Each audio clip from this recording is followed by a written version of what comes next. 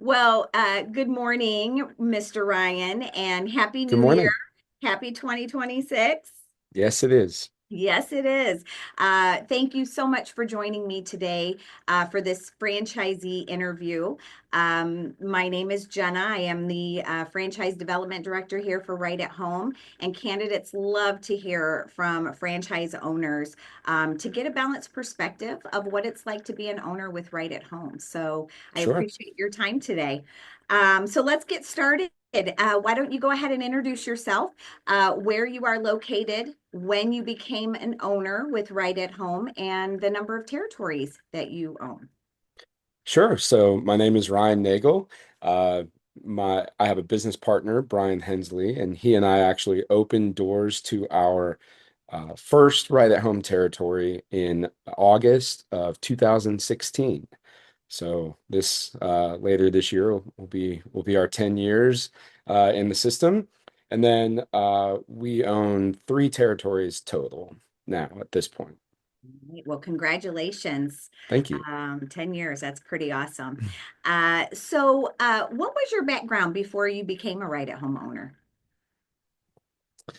Prior to Ride at Home, I was raising money in nonprofits. That's actually how I met Brian, my business partner. He had a similar role. And then prior to that, in sales of various types in some tech companies, and then also branched out on my own several times doing other entrepreneurial things. And uh, that's pretty much my background. Okay. And so, what caused the pivot to this industry?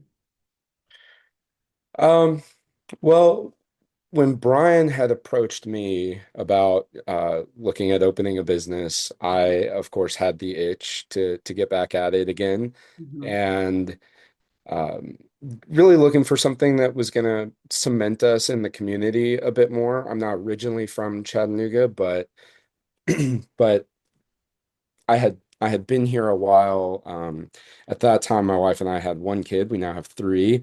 But just looking for opportunity to build something that I would do for a longer period of time. At that point, I was kind of build it and get out, and looking for something a little bit more steady in that way. And Okay. then with the nonprofit background, as I learned about Right at Home, the opportunity to help people really stood out among, kind of the other opportunities we had to start businesses. This one was had a very clear impact and that would, help sleep at night, Mhm. you Yeah. know. Yeah. And that was really kind of what tipped the scales towards home care and right at home for sure. Okay. And thank you for sharing that. And I know over these 10 years, I'm sure your roles have shifted quite a bit. So Yeah. why don't you talk to us a little bit about those beginning stages and what that typical day looked like, and then compared to now and how you've been able to shift your role in the business. So when we opened our first territory, it was from scratch. It was Mhm. not previously owned. And so we had 0 hours on the calendar and zero employees that first day. And so it was all about trying to figure it out and navigate what selling a service like this would look like. I mean, we obviously prepared prior to open day, but it was uh, it was very, very new, and we were young guys in an industry that was we were still kind of before the big wave of new ones and after the initial wave of the ones that had been open, the home care agencies in our area that had been open for several years at that point. And so we were kind of the end of one era and the beginning of another. And so it was very confusing in that way. However, we had a couple early wins in the elder law, elder attorney space, with kind of some complicated clients.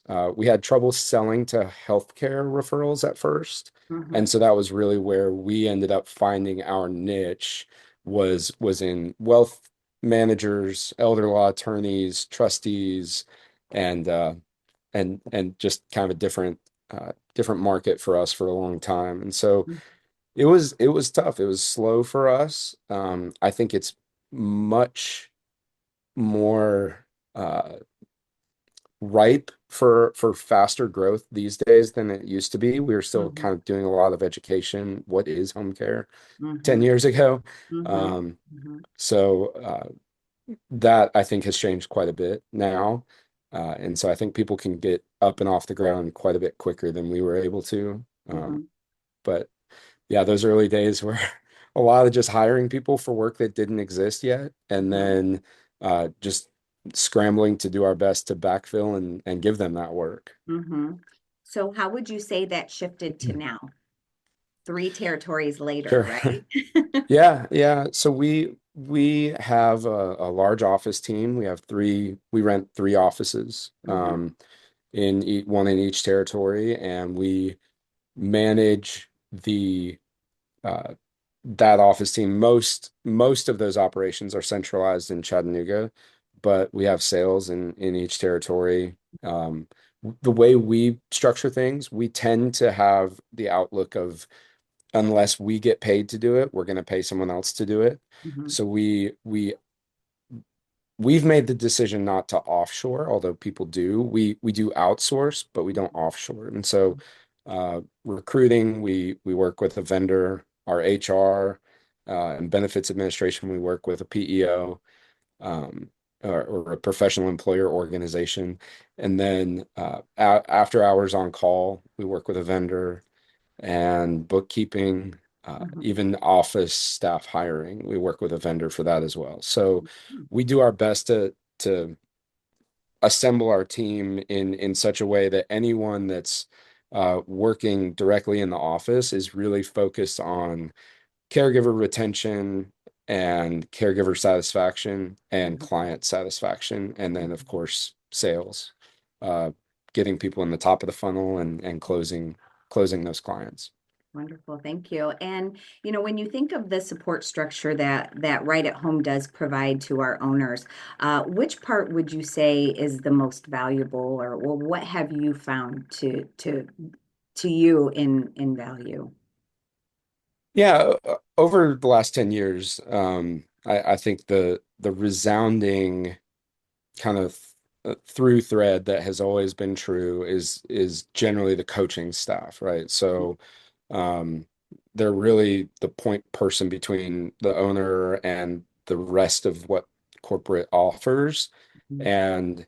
and they're all in our experience, very responsive, very knowledgeable, and probably the best resource if you're looking to connect to other owners as Mhm. well, Mhm. because we don't really expect right at home corporate to always have the answer of running a home care company, but we do expect a knowledge base of what owners are doing in the system that's working, and Mhm. I want to be connected to those owners. Yeah. And that's just an invaluable part of the system and has always been. Is just the transparency of the ownership Mhm. groups Mhm. and the owners is just we never expected it. This is my first experience with a franchise in my kind of entrepreneurial background, Mhm. and truthfully I didn't really know what to expect, but it definitely was not the amount of transparency and access that we have to each other is has just been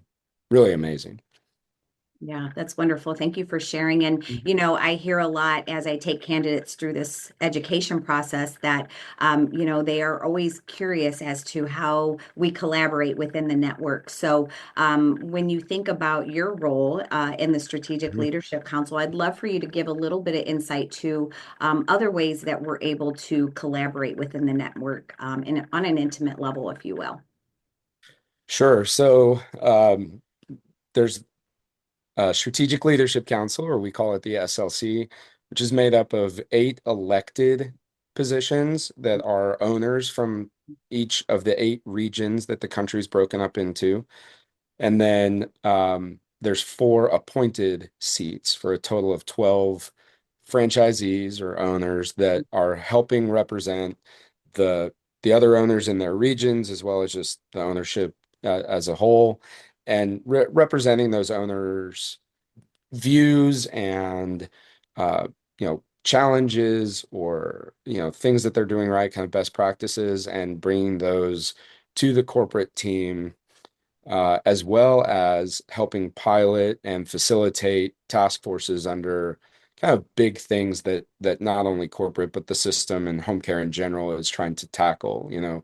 Uh, Hiring enough caregivers, keeping the good ones, Mhm. finding new sales funnels for clients, looking for partnerships to pursue, and you know how different types of technology, especially emerging technology, uh, can kind of weave itself into our home care businesses, and how we can make uh, you know not just help more people, but as an owner, make more money. I mean, Mhm. that's why it's a big part of why we're doing this. There's a lot Yeah. easier ways to do it, right? Mhm. But Mhm. and so we want we want to push the corporate team, and we want the corporate team to push us to all be better together. Wonderful. Thank you for that. Mhm. And I know you shared you have a lot of different types of referral sources. You found your, niche in the community with those different referral partners. So you're getting a lot of different types of clients. And this is a relational business, right? So those Yeah. relationships mean a lot in this business. So I'd love for you to just share a recent story of one of those clients where, it was a sort of a feel-good moment, if you will. Yeah. So I think probably one of I'm going to tell two. I'll keep them short. Sure. One is on the referral source side. So, a friend of mine, sent me a message one day and said, "Hey, you need to meet this person. Uh, they're one of their kids actually is in your kid's class at school, and it turns out they're an executive director of a big home health in the area that has recently grown pretty significantly, and they're going to be opening up new branches. And now I see them at school sports games and things like that, and you just never know Mhm. who is around you that can have a big positive impact. I mean, that's an easy one. I think from a client standpoint, um, I got a call one day, actually from an existing client. They had been a client for several months, and Mhm. I typically am not the first line of defense for those, Mhm. where the complaint goes straight to me. Mhm. So I was ready for something big, Mhm. and it turns out they they saw they saw an ad in our church bulletin where Mhm. because I'm a parishioner at the church, and they Mhm. saw my name, and he called me to quiz me on whether or not I really go to that church, because he's unable to go every week Uh-huh. unless our caregiver takes him. Uh, Oh. and so he called to quiz me on that, and was extremely delighted to hear that I am a parishioner at the church, and we've been able to connect. I had no idea he went there Mhm. until this phone call, and so now we've been able to connect, and we see him at mass Oh. every weekend. So there you go. Oh, yeah. Those personal touches, Yeah, they make yeah. a world of difference in this business. So, and as we come to a close, as I shared, candidates look at these interviews really to, consider right at home as a home for them, if you will. So, what would be a piece of advice that you would give to someone who is currently looking, at ownership with right at home? Well, I think everyone needs to ask as many questions as they can. Mhm. And I believe when I went through validation, the recommendation was speak to 3 to 5 owners. Mhm. Well, we ended up speaking to about 35 owners, Mhm. um and every single one of them uh offered their time, because if they're in the system, and they believe in it, Mhm. and I think one thing that I could say is it's definitely not easy. There's no automatic button or magic wand, Mhm. but it's been very clear that the work that goes in, there's a benefit that comes out. Hmm. And it's hard to stick through it sometimes in the beginning, Hmm. but like I said, these days, so many people are familiar with the brand, and so Hmm. many people are familiar with home care in general, Hmm. and don't don't assume that you know the answers. Go ahead and pick the brains of people that you Hmm. have access to, because everyone's just so willing to help. Hmm. It's just that's truthfully been the most uh, pleasantly surprising part of this whole journey. Yeah. Um, and I still every week I'm on the phone with other owners asking questions because somebody's been there and done that. Hmm. And there's new people coming in with new ideas all the time, and I want all those ideas. So be a sponge and know that other people are in the same boat, which is always helpful. And and don't yeah, just don't be intimidated Hmm. by other owners either.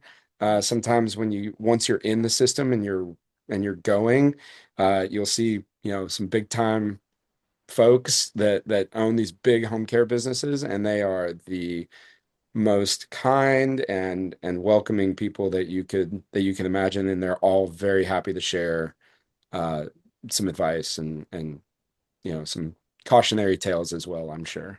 All right. Great advice. Thank you. And thank you again for taking time out of your day to meet with me. I know how busy you are. Congrats on your success and your commitment to doing good in your community. We are Thank you. so happy to have you in our right at home family, Ryan. Thank you very much. I All right. appreciate it. Uh-huh. Thank you.